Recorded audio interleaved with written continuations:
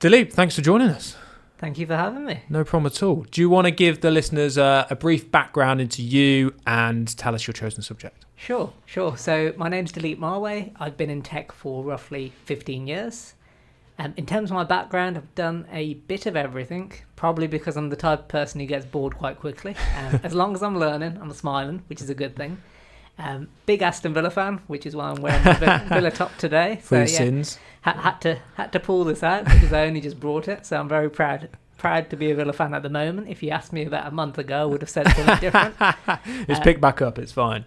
At the moment, I'm working as a director of engineering for PebblePad, which essentially is a edtech SaaS provider, and it allows students to have a reflective learning experience. So you'll have to go easy on me. I've only been there for 3 months now, so I'm pretty new.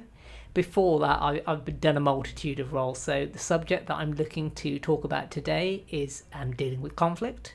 And essentially, it's a really important subject for me, just in terms of looking after large teams. It's helping people such that they don't see that conflict is always negative. There's actually positive things that you can take out of it as well. Yeah, it's definitely a topic that every leader is going to experience before. Why did you, out of all the topics you could have chosen, why this one? So I'd say, my role before, I was working for a consultancy. And essentially in any role that I was doing, if I was helping with the engineering productivity, if I was looking at the architecture, if I was looking at the quality, a lot of the problems that people were facing a lot of the times were to do with how they were handling that criticism, how they were dealing with conflict, how the teams were working together. So actually going in and trying to help people, the first thing I saw was a team that was separated, a team that wasn't rowing in the same direction, a team that had little siloed groups. And essentially what you normally get at the end is a client asks for a yellow car. By the end of it, you've got a car that's probably gold. The client says, I don't want a gold car. I wanted a yellow one. So I think it's something that I'm really passionate about. Also, at the same time, I think it's really important from a mental health perspective, just in terms of giving people ways of looking at it in a different way. Because conflict it's a really negative word, right? When you think of conflict, people think of fighting. Yeah. People think of violence. So I just want to take a step back and help people, because whatever role you're in, it's a challenge that we're all hitting. I'm hitting it at my level. I've hit it when I started my career. I hit it when I was a couple of years into my career. So it's something that I'm passionate about because I believe it can help people. Yeah.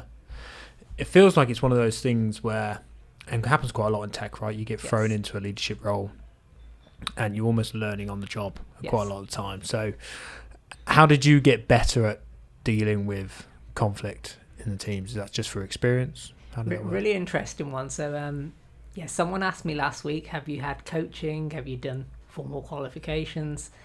And I did some initially, but I was at a point where I just thought to myself, how can I do this, right? And the one thing that I did very early in my career, and I remember one of my leaders told me to do this, it's a great idea.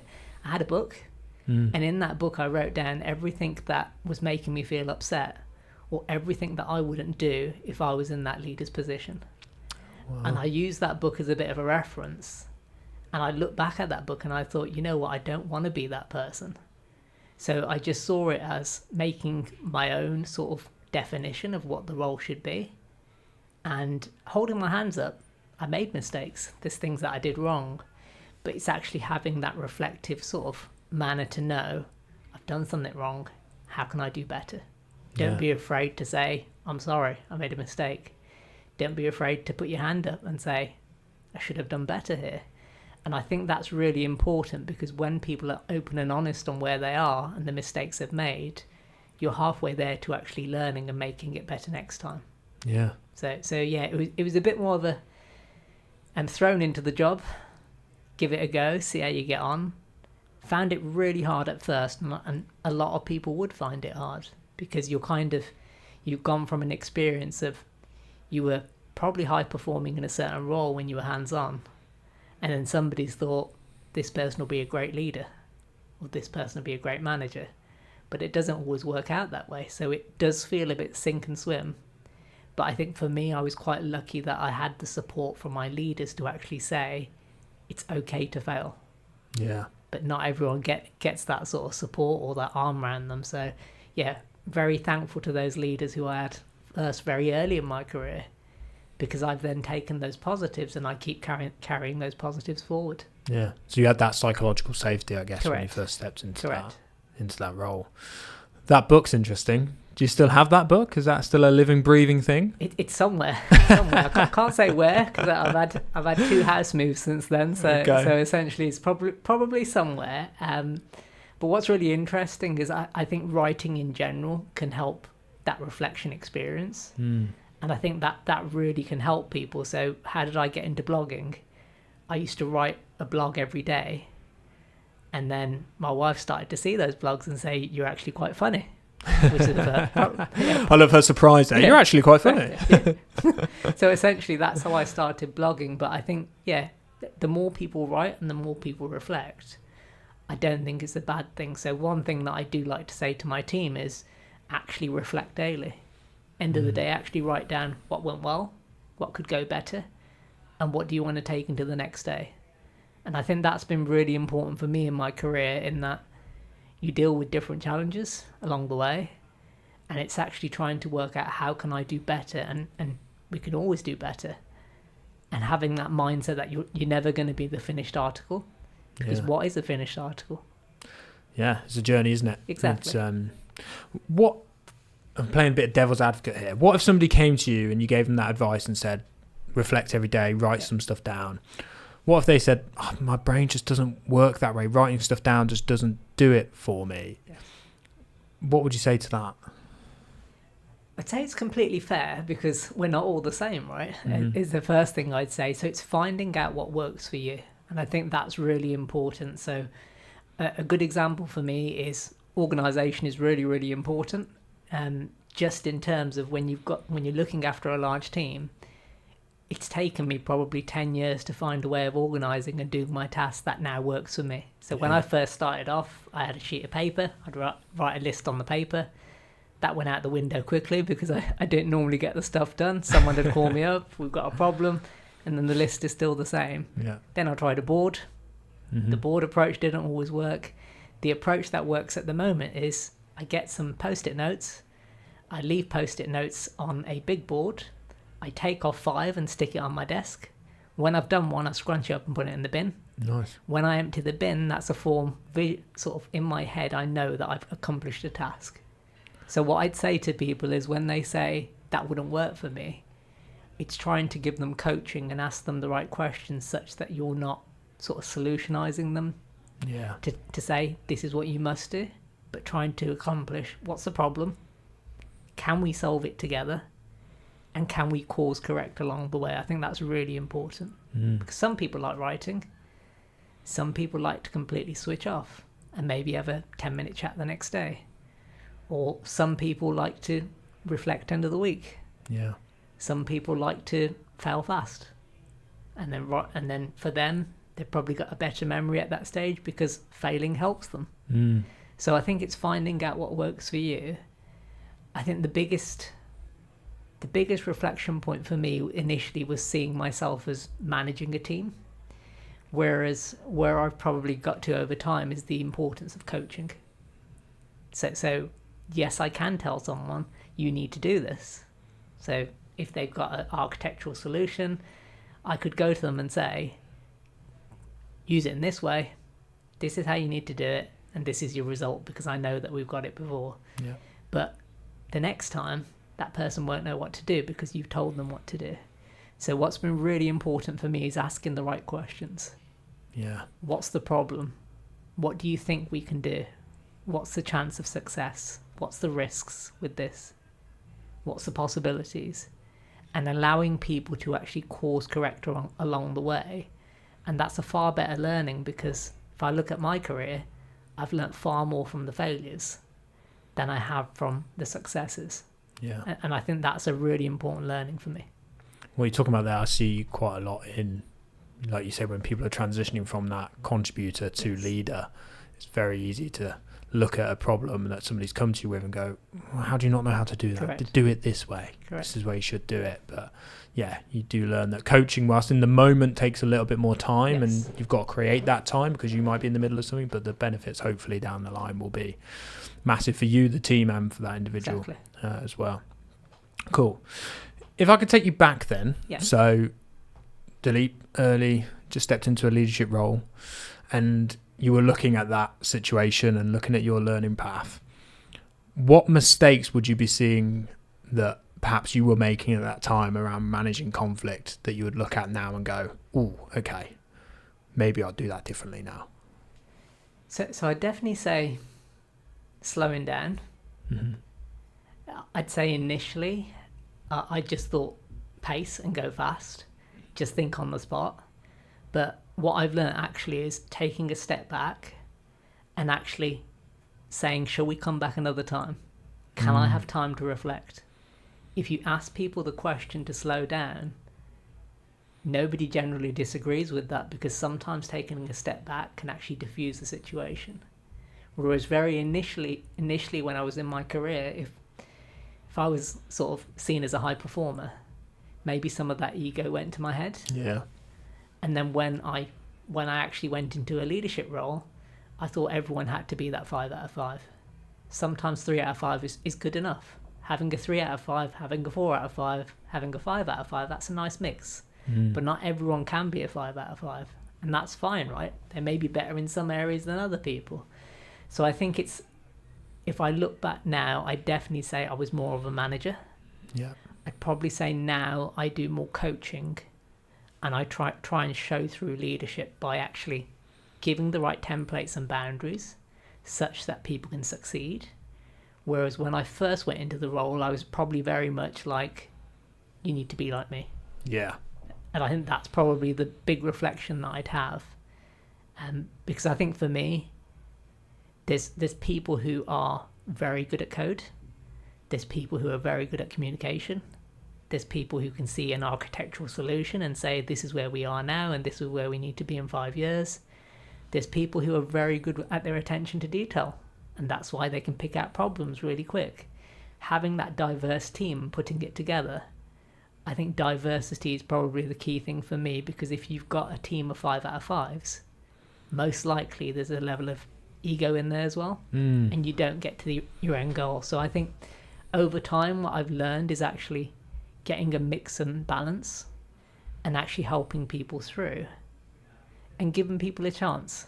I think that's another thing that I've learned, that if somebody is poorly performing, what's the reason for that? Is it because the role isn't right for them?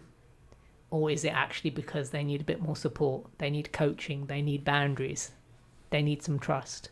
And I think that's been an important lesson for me, that initially you don't know a lot of that. And you just go in and you just say, okay, team, this is what we're doing. Yeah. And you sit back, you wait 3 months, and then you normally haven't hit where you need to hit. And then you look at it and think that it's a team's fault. But ultimately, it's the leader's fault, in that I didn't understand the situation, I didn't course correct. So what's really helped me now is taking data. So taking qualitative and quantitative together. Qualitative from people saying this person's good at this. Quantitative from pure data. Put the two together, you have a good balance. When I initially went into the role, it was probably all qualitative. It was all biased. And essentially that's why I think I didn't deal very well with sort of conflict that we had in the team. Some of that bias caused it. Whereas now what I'd say is using that conflict with the data to essentially get the team to actually constructively conflict with each other, challenge each other, understand their goal, and that's far more productive. The data point's interesting. Could you give like a real world example of when you say data? Like, what do you mean? What are you coming to the table with if you're having those conversations? Sure. So from a performance perspective, essentially you need a very clear career progression framework. And in that framework, what you'd want the core competencies for a role. And those could be soft skills, like everyone has to be committed to delivery. Everyone should be a leader in their own right. everyone should care about mentoring each other. Everyone should care about culture, because that's really important. But then you'll have role-specific skills, like an engineer caring about quality, an engineer caring about actually meeting their deliverables. So essentially taking all of that, what you could do is you could put data around that, and you could take data like how many escape defects have we had? What's been the throughput of our team? How much time do developers have actually cutting code? Yeah. How many story points are we getting through? And that gives like an honest, truthful measure, because if we're not meeting our deliverables as a team, something's going wrong. But it's not one person, it's a team thing, right? Yeah. So for me, I've sort of learned over time the importance of data, and I think that really helped me as a leader to not just add my bias to the situation, because bias it's very easy to get to that bias, right? Yeah. Sometimes your gut feel can say it's this person, but essentially as a team that there's normally a different reason. It feels like that was quite a big, like, unlocking for you then, Yes. the data piece, because I don't know if this is true, but my feeling is that, you know, a lot of leaders will rely on the qualitative data rather than the quantitative part. How long have you been doing that more quantitative data piece and marrying it up? I'd probably say that we had a really good leader, I'd say roughly 10 years ago. And he just came in with that database mindset, and that really helped. I think it really helped from a software perspective in terms of he asked questions like, if we've got a website and we've got a mobile app, we want to know the performance, we want to know the security, we want to make sure that we're accessible to WCAG 2.2 AA standard. And that really helped me to then say, if we can do that for a product, and it's telling us how good our product are before a customer comes to us and says, or comes on the App Store and writes a negative review, we know about it. I thought if we do exactly the same from a people perspective, from an engineering perspective, from a quality perspective, it will really help the team. And what I've also noticed is that I think the human mentality generally is, if you give a number and you say we're here and we want to go here, you'll find that most people really get brought into that. That the data piece is, especially I think to engineers, a lot of engineers really take that on really well, and they really want to make a difference. It's clear, isn't it? There's little ambiguity surrounding it. Exactly. Have you brought that data along to conversations with both your people you're managing and the people that are managing you? So it's normally the first thing that I implement. So if I look at my role at the moment, that's something that I'm doing now. In the roles that I've gone in the past, I've done exactly the same. And I think what's really important is having that clear set. So OKRs have been very important. Having a clear OKR, having a clear key result helps you to move away from some of those biases. Because when you know that your data is actually tracking in the wrong way, it's a bit of a flag to actually say, we're not going to deliver now. And it's better to be proactive rather than reactive. Whereas when I came into my career, I was probably waiting until that red, amber, green review went to red. Yeah. And it's too late by that point. Yeah. So essentially what I'm finding now is I can be a bit more proactive. And it's all about the learning. So it's not about finger pointing. It's not about, you've done this wrong, there's a fire. We learn, course correct, carry on going. Learn, course correct, and keep on going. And that's really important to have that mindset. Yeah. I feel like, and again, this might be slightly naive on my part, but it feels like that approach or that framework brings real clarity to you as a leader. And what I mean by that in terms of assessing the team. You were describing before about having that diverse team. Yes. And as you were saying that, I was thinking, how the hell do you look at a team and go, yeah, there's the strengths, there's the weaknesses, I can see it really clearly, there's some gaps I need to plug, I need to up this part of our performance. It feels like there's so much there to look at. Has this helped you get some clarity around some of that stuff? I'd say so, because when you've got a really big team, it's really hard to actually do that all the time without a framework, without a base. And if I didn't have that framework, a lot of it would just be my gut feel. And that gut feel can be unfair because it could be someone else telling me something that essentially could be wrong. Whereas now, if somebody gives me some feedback, the first thing I'll ask for is, have you got any data to back that up? If you can't get a data point, we can't do anything about it. And I think that's really important, to give that data-based mindset. And that actually helps with dealing with criticism also, and conflict. Because at times what you may have is somebody who says, you're doing this rubbish, or you're doing this completely wrong. The first thing you can ask is, this is our goal. How can we get to that goal together? Is there any data that we can track that can help me to get better? And I think that's really important, because when you align data, it's not just that data is on you, the data is also on the other person. Yeah. So essentially you're working towards a goal together.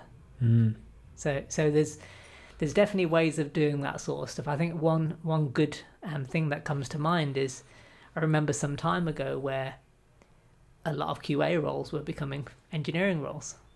So what you had is some engineering managers or engineering heads where we don't need QA. Yeah. But the sort of conflict that was there, a way to deal with it now, if I reflect, essentially is, what's our goal? What's the data point that we can work to together? And the goal may be, we want to take the escape defects down from 4 a month to 1 a quarter. What can we do in engineering to help? What can we do in quality to help? And actually showcasing that together you can get to that goal, show the value of both roles. And it could be that engineering's stronger at certain things, the test team's stronger at certain things, but you become a team. Yeah. Because you've owned the data together. And I'm pretty sure when you meet that target, it's a team thing and you feel like a team, right? You've achieved something together.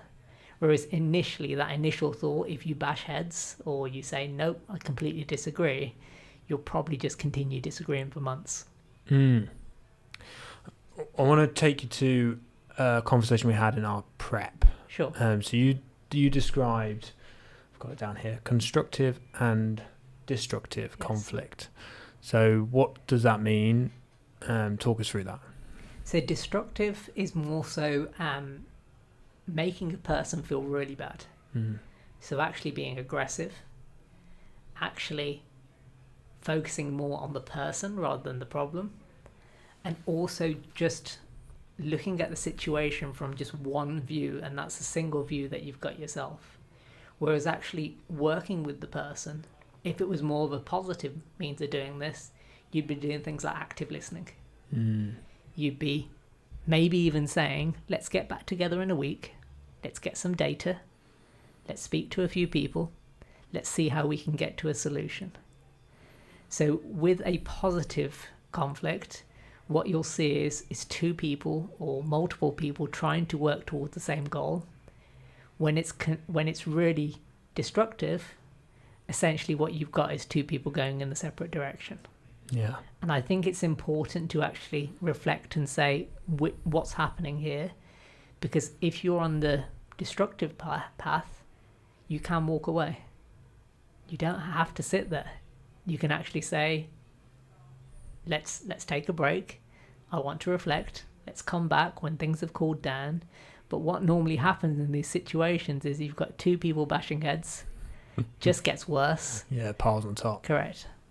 So I think people sometimes forget that you do have a choice, and there are things that you can do to protect your own mental space. Walking away, that doesn't make you any lower, doesn't mean that you've lost the fight. It actually means that you've been more grown up about it. Yeah.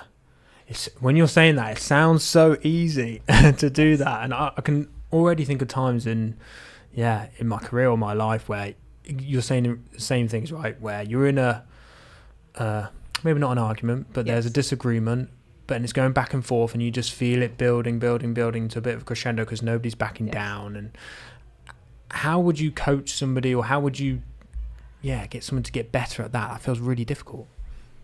I'll be honest, I struggled with it at first, and it's completely normal, right? Even in your personal life, you may be at a point where you've got to that 5 out of 5 where you've got steam coming out your ears, right? Or you're literally on fire. Yeah. I think what really helped me is sort of scoring. Sort of where do I feel I am? And if I am a 4 out of 5 or a 5 out of 5, I'm probably more destructive. So I'm going to cause more damage. So for me, it's reflecting, actually taking that pause. And it's not being scared in a meeting to actually say, I think we need to break for a close. Let's take a break. Let's come back together. And I think it's important, and this is one thing that I do have in meetings. I have a tomato timer in the corner, and I set that timer. I normally set it for 45 minutes for an hour meeting, or I'll set it for 15 for a 30-minute meeting. And at that point, when the timer goes off, I reflect to say, have I got what we need out of this meeting? If we haven't, I say, let's take a break, because we probably need to get back together, but we're not having an hour now. We're going to go to the 15. It's very important to do the same from a conflict perspective, because if it's destructive, having an hour of that, you've probably lost another 4 in the day. Yeah. Just in terms of how it makes you feel. So I think what's been really important for me is having that reflection period in a meeting such that you can drive it. And I think that's really important, that somebody in the team is thinking about that balance. Yeah.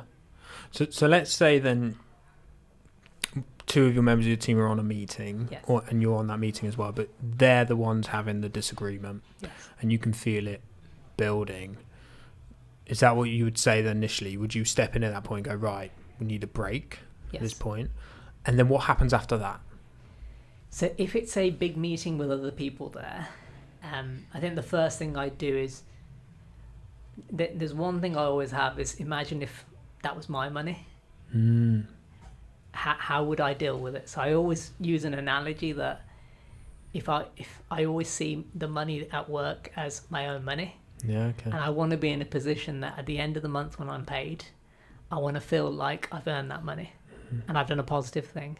And if I can put food on the table, and if I can do my prayers with a clean heart, that's really important to me. So in that situation, I'd probably look back and think, is it right for every other person in that meeting? Is that a return on investment? I'd say no.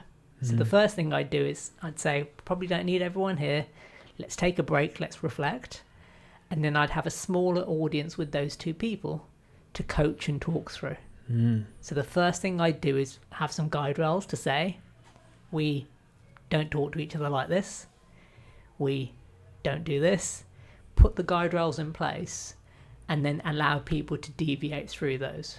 Now, if the anger's still there, give it a bit more time. Yeah. Give it another few days. But I think those boundaries are really important.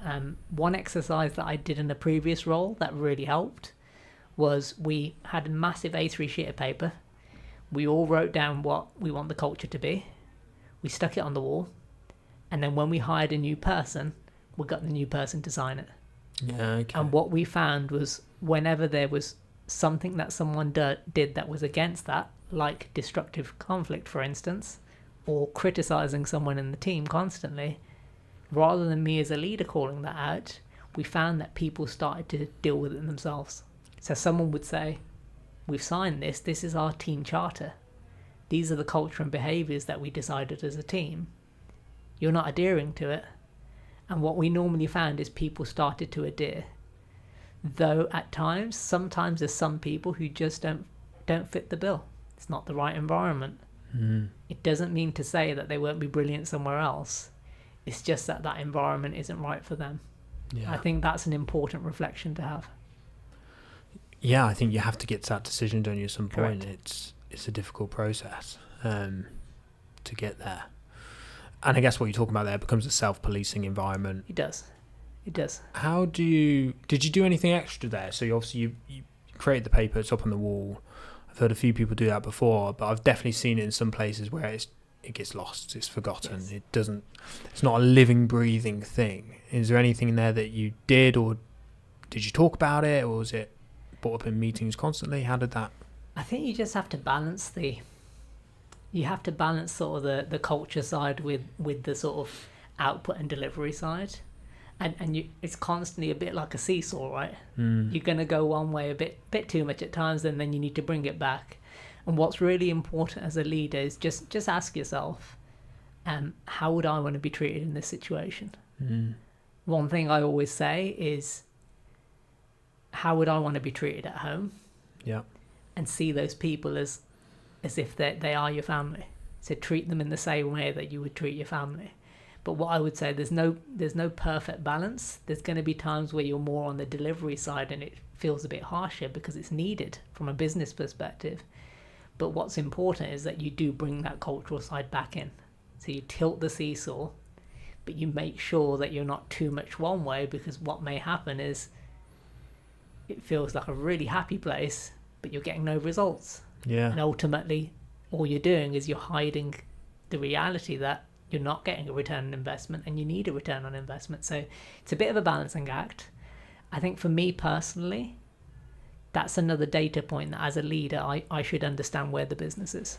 Yeah. I should make sure that the business aligns to the tech, aligns to the culture. If I can understand that triangle and know where we are, I then need to help my team to understand it. And there may be times where we can push the culture up more.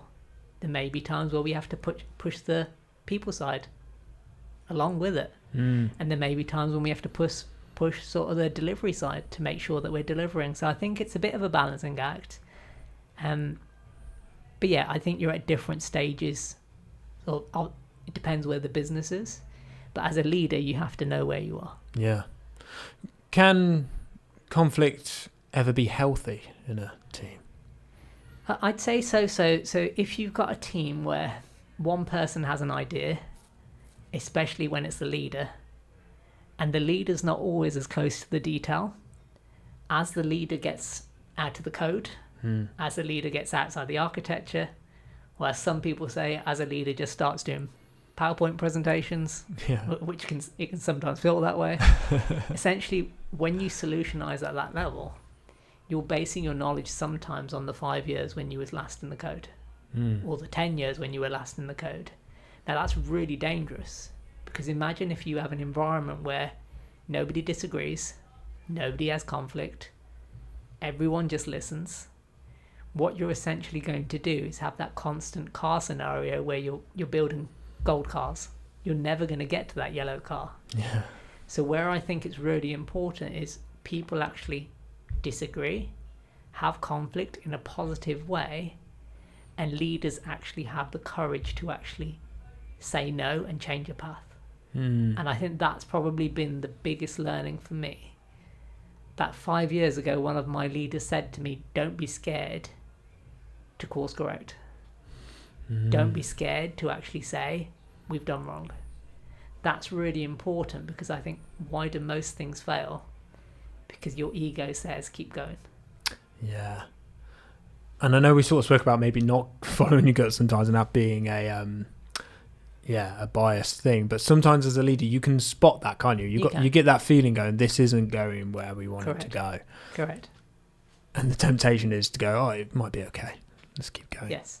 But yeah, it's brave to go, okay, let's hold, review, exactly, maybe change direction. We've spoken a lot so far about conflict with people that you're managing and leading. Conflict can happen with your stakeholders, the people that are, CTOs, conflict with founders of businesses, other stakeholders. How do you deal with that? Is there a different approach, or does the same approach apply?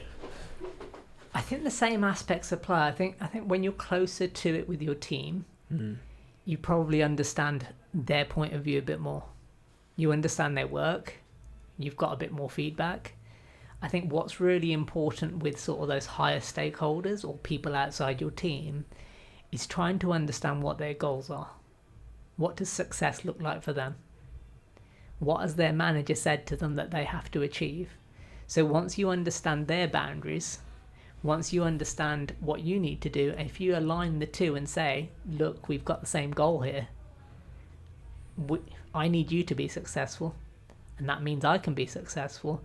Having that understanding is really important, because what you're then not doing is bringing a bias in. I I think a lot of the time it's a misinterpretation of what the situation is. I think that's why sometimes you should ask yourself, if there is conflict and you're seeing a behaviour that you've never seen before, is there something else at play? Yeah. And that could be someone's had a bad sleep. Someone's going through a really tough time and they need a bit of help. Or it can be a cry for help, right? Yeah. So I think at times it's not judge that situation. I think it's really important to actually take a step back and give people a chance. Yeah. Do you think it's the leader's job, let's say you have got some conflict yourself with your MD currently, is it the leader's job to mask that from the rest of the team, or actually should you be an open book and let them see what's going on there? I appreciate there's nuance to that question. Yes. And it's not always black and white. I think for me,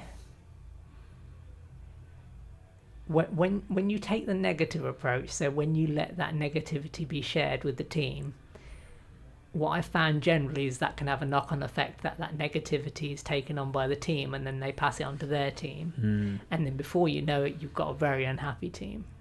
So I think there's a level of calmness that you have to have. There's a level of reflection that you need. While you may disagree with something, you also sometimes need to see, these are the boundaries that I've been put within. I'm going to make sure that I adapt or give the right data such that we can course correct. Yeah.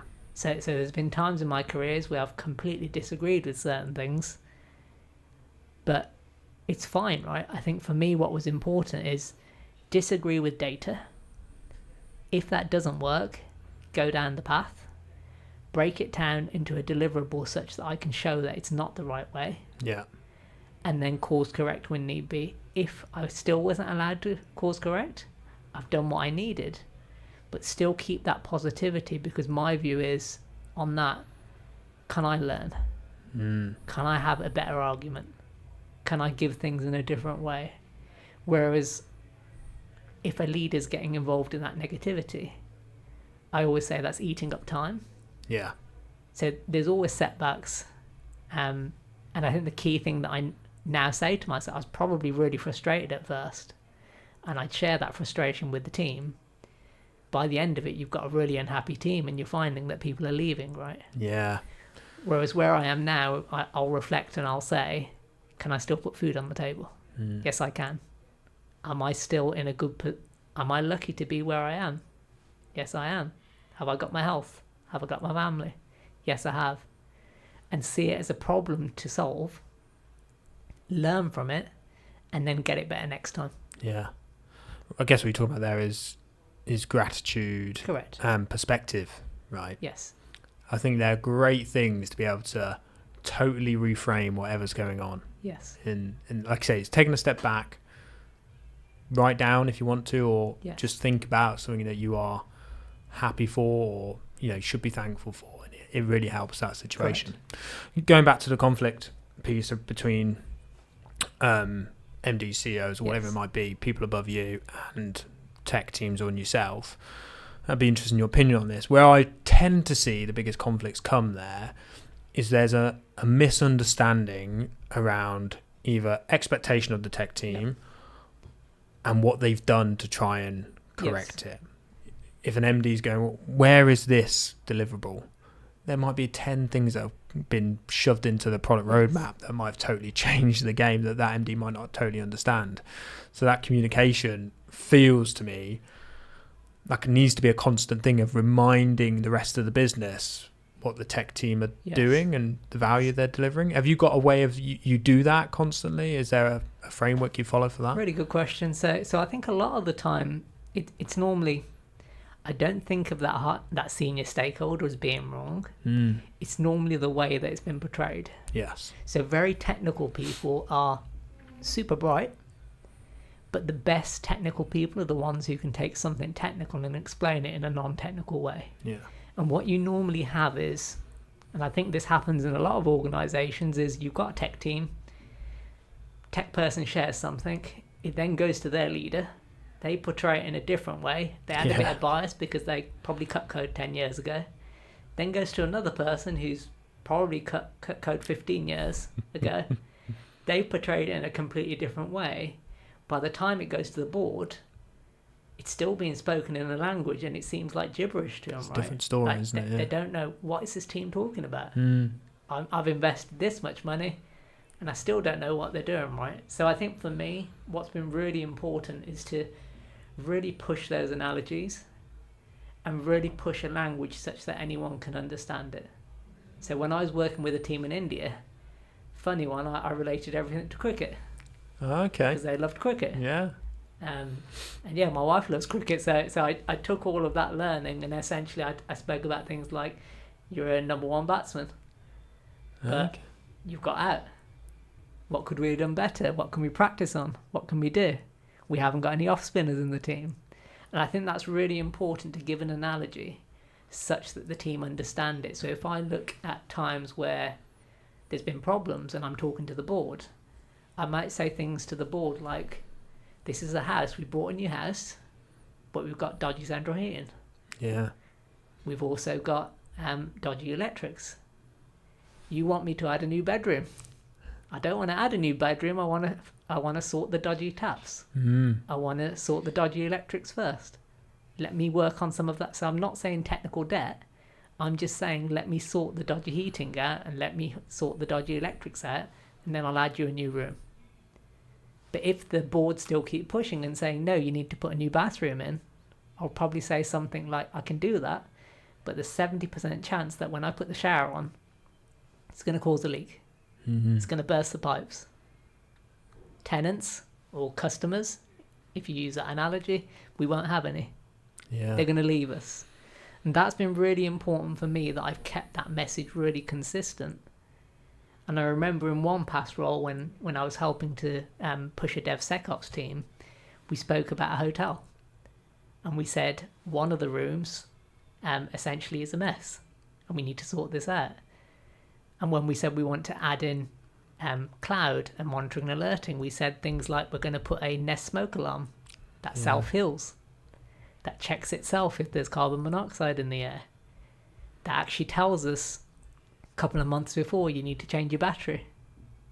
So I used those analogies, and that was really important, just to make sure that we're speaking the same language. And that's something that I've kind of taken with me in meetings, to actually have a pause to say, too technical, stop. Yeah. Reflect, start again. And keep saying to people, how would you explain that in a non-technical way? And I think that's really good for engineers, such that when they get to these senior levels, if they can talk terms in a language that everyone understands, that can break down some of the conflict. Because the conflict normally comes from speaking different languages. Yeah, I love that piece of advice. That is awesome, because it plays into active listening. And Correct. If you're hearing phrases that maybe somebody's saying all the time, it's like, right, okay, I've noticed they talk in that way, they're saying this word. Great. When I explain it back to them, I'm going to use those with types of language, that type of word. And analogies are just great for people to understand and make it really clear. So I think that's a really, really good one, for sure. So let's look at some practical tips then. So let's say somebody's just stepped into a leadership role and they're listening to this and they go, right, okay, I'm going to make a real keen effort to make sure that I manage conflict in a good way. What's one or two things that you reckon they could implement straight off the back that you think will make a big impact? So first thing for me is active listening. So have those pauses, no matter how uncomfortable they feel.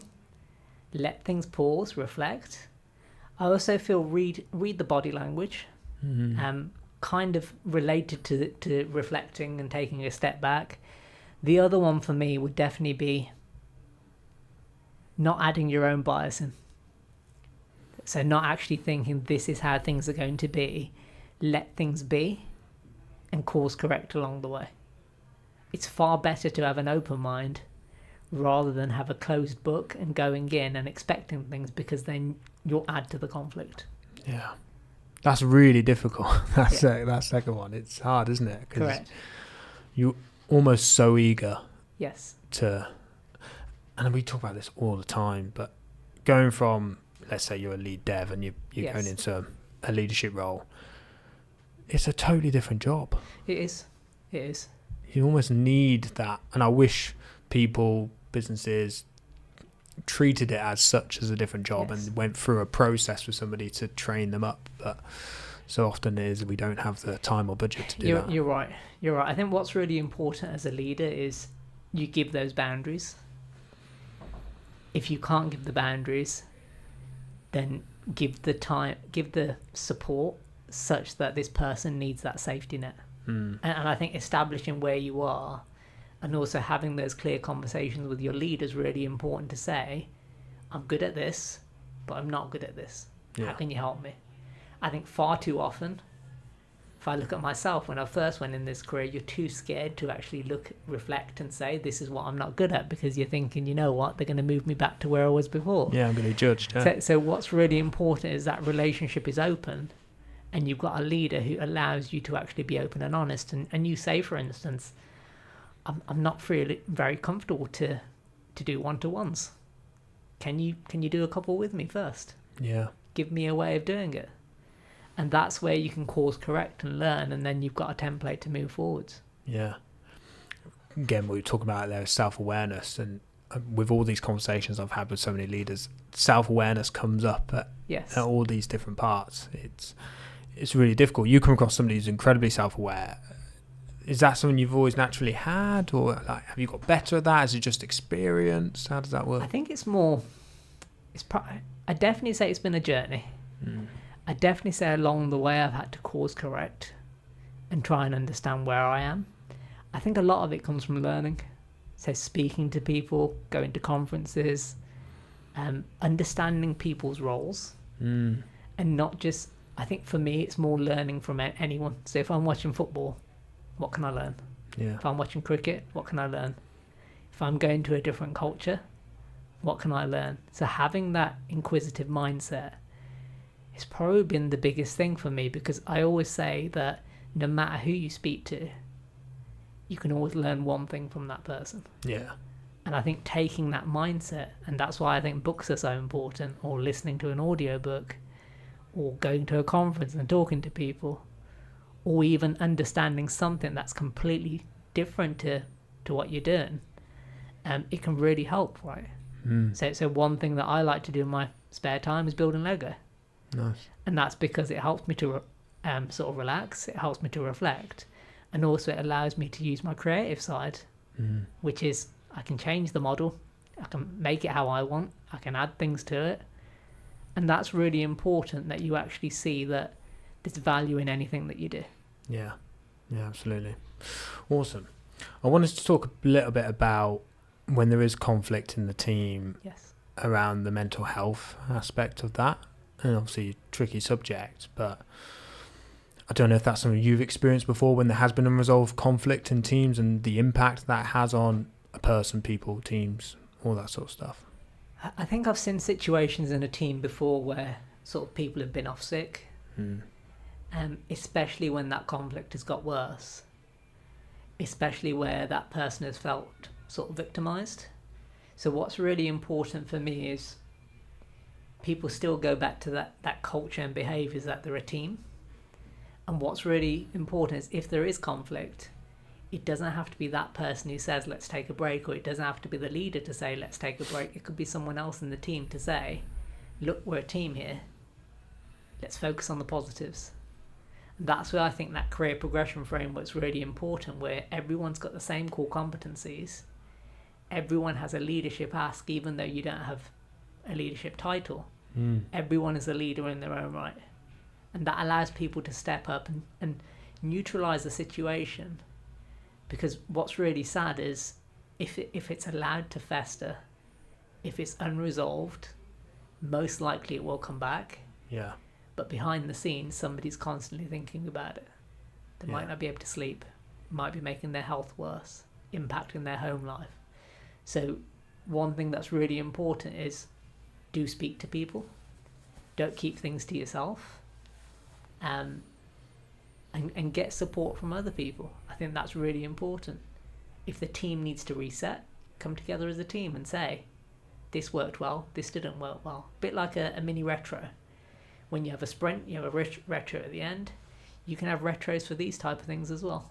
Yeah. Just to reflect, just to help people through. And I think it's good to have different behaviours in a team. So if I look at a team, for instance, that I've been in, I knew who the calm people were. They're the people that you want to run these retros. Yeah. And the behaviours balance out, because if you've got a team of hot-headed people, a team of everyone is just, every person wants to fight with each other, you haven't got the balance right in the team. So as a leader, you need a mix of people. People who add to the culture. You don't want people who take away from the culture. Maybe people start to go through a phase where they start to do it, but you can bring them back. Yeah. But if you've got somebody who's constantly taking away from the culture, they're probably not right for the role. No. Is there, I don't know if there is, but is there a way of interviewing for somebody with these qualities? You said there about people self-policing. It's the team's job sometimes to step in and say, look, we're a team here. We shouldn't treat each other like this. Is there a way of interviewing for that, or do you not know until they get in? Difficult question. So normally, all you can do in an interview is generally ask the competencies and then see what balance they give on the back of that. But I think what's really important is speaking to people who have worked with them before, building up that sort of knowledge base of saying how did this person deal with it. And also you can give a situation in an interview where you give an example, you push up the time. You know that the person can't achieve what they need to in that time, but see how they deal with it. Yeah. So there's one test that we used to give to testers, and it was attention to detail test. And I remember there was 40 questions there, and you probably could only normally a person could probably only do 30. Yeah. But generally that last 10 would really throw people off. We had some people in the last 10 who throwing the pen on the floor, chucking the paper out.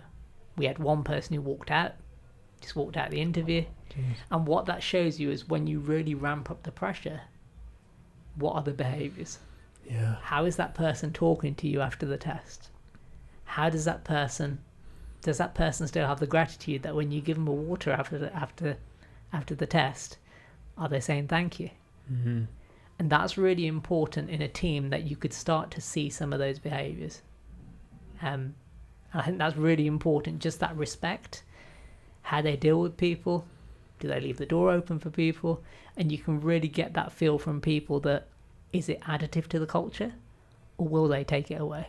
Yeah. Is there a level of ego-ness? Remember I did an interview, I think it was a couple of months ago, and told the person that this is the format of the interview. You can reverse interview us because we want you to be happy. It's a two-way thing, it's not just us. And he said no. He said, I take interviews in this way and I answer these questions. And he had his own list of questions.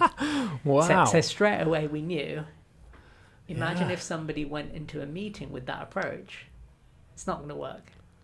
So you kind of know based on the soft skills, the behaviour, will they add or will they take away? Yeah, that's a crazy story. I can't believe anybody would do that. So let's say somebody's listening to this and, they're feeling quite low. They're in an environment which is full of conflict. They're feeling like, wow, I'm sort of trapped here. Yes. What would be your advice, or what would you say to them? So the first question I'd ask is, has the team, and I'm saying team rather than you, and I think that's important, so that includes your leader, has there been an attempt to change it? Now, if there has, and things haven't got better, and things are impacting your mental health, they're making you really unhappy, it's impacting your home life, I would say it doesn't make you any less of a person if you walk away. And I think that's really important, because sadly some people get stuck in that situation and they feel that there isn't a way out and things can get worse. So there are times where, and I'll be open and honest, I've been in roles where I've tried to impact the culture, but I've put my hands up to say I can't change this. It's not helping me, it's not the best environment for me, I know I'm not going to thrive, and I was no less of a person given that I walked away. And then I went into another role and then I thrived because the culture was right for me, the behaviours were right for me, I could influence, I could change things. And I think that's really important, because I think there's that old mentality that you have to stay in a role for X amount of years. And that can sometimes come from misconceptions from our parents or our parents' parents, where you had to stay in a role for a certain time. Yeah. But you need to do what's right for you. And I think that's really important, that it could mean that a sideways step in the same company, maybe a different department, maybe a different role. So there's always different ways of things. But if something is just getting worse and worse, if you've attempted a change, if it doesn't work, there's other options. Yeah. It's great advice. I had almost that exact conversation with a developer last week. So I've known him for a long time. I didn't actually place him in his last role, but he always calls me up for a chat. He called me up, and what had basically just happened was the MD had shouted, and he doesn't do well with that, got a lot of anxiety around it. And the first thing I said to him was, okay, well, have we had a conversation here to address this? Yes. You know, do we feel comfortable enough going to, maybe not directly to the MD, but at least somebody else in the business, and sharing, you know, how you feel when that happens? Yes. So try and resolve it, like you said. And then I also said, look, if you can't resolve it and you really feel it's not the right environment for you, there'll be somewhere out there that will be. Exactly. It's really important to keep that perspective again. Yes. When you're in a role. I get it. It's difficult. You can be in a... Yes. Your mind does funny things to you when you're in a business and you feel trapped. But there's always... Time's a great healer, right? There's always something else further down the line, for sure. Agreed. Cool. We'll finish on the same question I finish with everyone with before we go into quickfire. So let's say someone's just stepped into a leadership role right now. What would be your advice to them? I'd say that there's definitely a support network out there. And for me, you just need to go to conferences, speak to people, even use your network. If you went to university, there's a network there to help. Also, you could reach out to friends, get mentors. And I think that's really important, that there is a network out there. People are helpful. And essentially, it's seeing that you're not alone. And getting support is probably the best thing that I ever did. Just reaching out, having that core trusted network that I can send a message to one of my friends and say, what do you think of this idea? And he'll probably say, Dileep, that's a mad idea. What are you doing? Go and build some Lego. Or go and watch Villa actually try and win a game. Right? So I think it's really good to have that trusted support network. And that could be at home. That could be your family that you're talking to. Could be your siblings. Could be your cousins. But I think it's really important to have that network. Because I think sometimes, and I always say this, sometimes being in a leadership role can feel lonely. Yeah. Because you've got people who, some environments can be ultra competitive, and it can be like everyone, it's a bit dog eat dog, right? But what's important is you can reflect and talk to people who maybe aren't talking about work. Maybe you just want to, maybe I want to ring my dad at half time and have a moan about Villa. Or ring my dad after the first half of the England game and say, I'm getting a bit bored now. So essentially, I think that's really important. Just have that network and keep that network with you. Yeah. Because that support network is really, really important in your career. Yeah, absolutely. Yeah, funnily enough, we had Matt Asprey on our first ever episode talking about loneliness and leadership. That was one of my big ones. And I think you're right. I think as you step into a leadership role, you need to be really intentional about building your network, both personally and professionally, because it's always what you're going to fall back on. Correct. Anytime something goes wrong or you need some support, both your professional and personal network are definitely going to help. Yes. Okay. Ready for some quickfire? I am. Yeah? Thank you. Let's do it. Right, Dileep, it's time for some quickfire questions. So everyone gets asked the same questions on No One Teaches This podcast. Perfect. First one. Sure. Best advice ever received? I'd say it's definitely don't strive for perfection. And I think that's been really important, because when I first came into my career, it was a very different industry. Very waterfall. Yeah. Very much perfection. That's why I started off in a QA role, because I was quite obsessive. Needed everything perfect. But I think what I've learned over time is actually what's more important is value.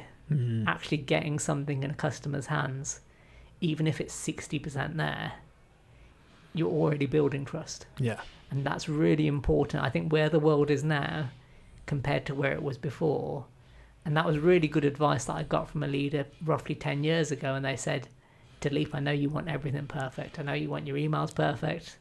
I know you're there setting up your pens a certain way on your desk. But essentially, life's not like that. No. Life can't be like that.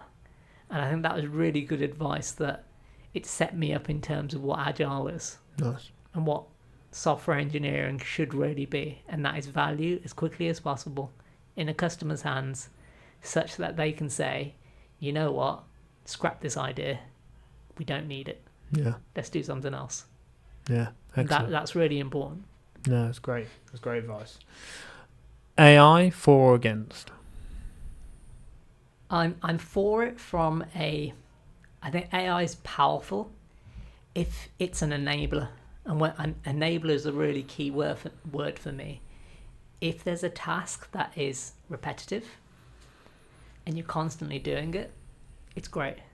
If there's a time where you need to basically, a bit like a car doesn't start and you get some jump leads and you put the jump leads on it and it gives it a spark and then the car's ready to go. It's a bit like how people's minds are sometimes. If you use AI as an enabler to spark an idea, nothing wrong with that. I think what scares me, so generally what scares me is people just copy and pasting it. Yeah. People just stopping to think. People to become robotic. I think that's my biggest concern. But when people are using it to actually enable and be more creative, it's really positive. It's where people are in a team, and it's the data that you use to prove that, are we using it for creativity, or is our code now just copied from somewhere else? Yeah. Which essentially, what's your intellectual property on the back of that, right? Yeah, exactly. So I think that's an important question to ask. But yeah, I'm very for it. I've seen the benefits. I just think it's good to actually talk about the negatives as well. No, for sure. Balanced view. One piece of tech you couldn't live without? Probably say my phone.